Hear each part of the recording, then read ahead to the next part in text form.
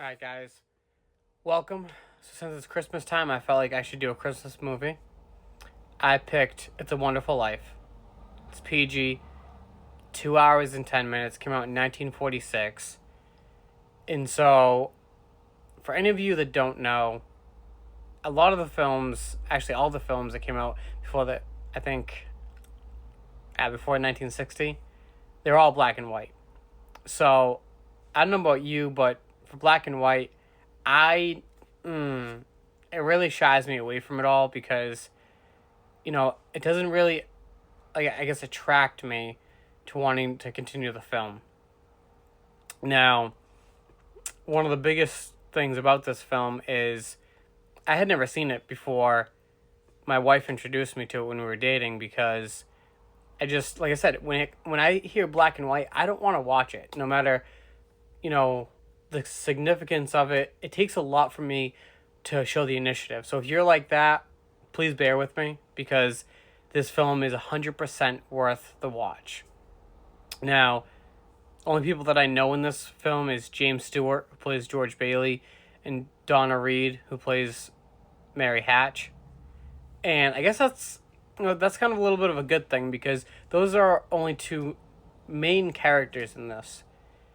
So, for any of you that haven't seen this or, you know, you just want to have an idea as to what it's about George Bailey, one of the nicest guys in Bedford Falls, and he does everything that he can for everybody else, not himself.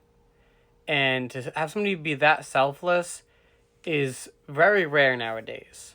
Like a lot of the times I'll help somebody out over myself, but I can be pretty selfish too. Now, the whole film is about, like I said, George doing everything for everybody else and him getting screwed in the end. He helps his father out, he gets screwed. He helps his brother out, he gets screwed. You know, life really beats him down. Even though he ends up having a family and getting his dream come true in a way, he still feels like it's not enough. And he thinks that that the world would be better without him, and he tries to commit suicide. Now, if that is a trigger for you, I apologize. It's just, back in the 40s, well, I mean, actually, before 2000, they really didn't care about sensitivity. So if you are very, if that's like trigger to watch somebody possibly do that, I don't suggest watching this. But I'm going to go on a little personal thing. I'm sure that at one point, everybody who's watching this or, in life in general, has thought at one point or another that the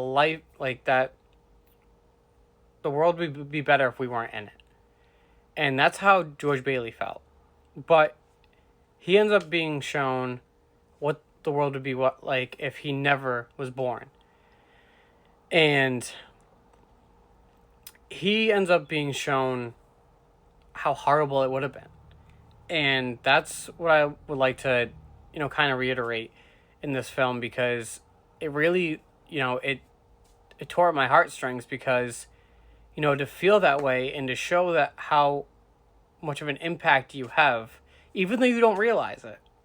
This film really just pulls at you.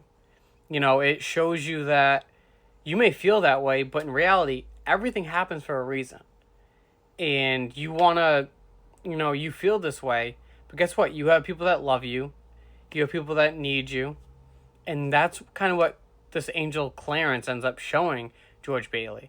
And George, he wants his life back. He wants to be born again.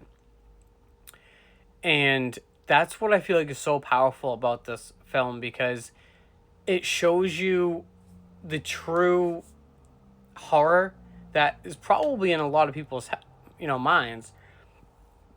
Excuse me, but then it shows the beauty of the world that we live in and the people that we have around us. We should, be be happy for the little things. So IMDb gave this 8.6 out of 10.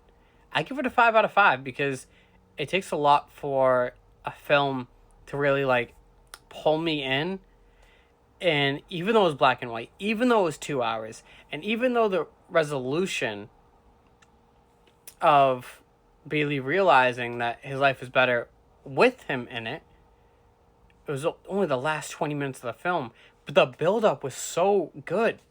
Like, Frank Capra did an amazing job. So if you are interested in watching it, it's on Freevee, Plex, and Prime Video. Please give it a watch if you haven't already, because I'm kicking myself with the fact that I never watched it. But like I said earlier, please err on the side of caution if suicidal tendencies or suicidal, talk, thoughts, is a trigger.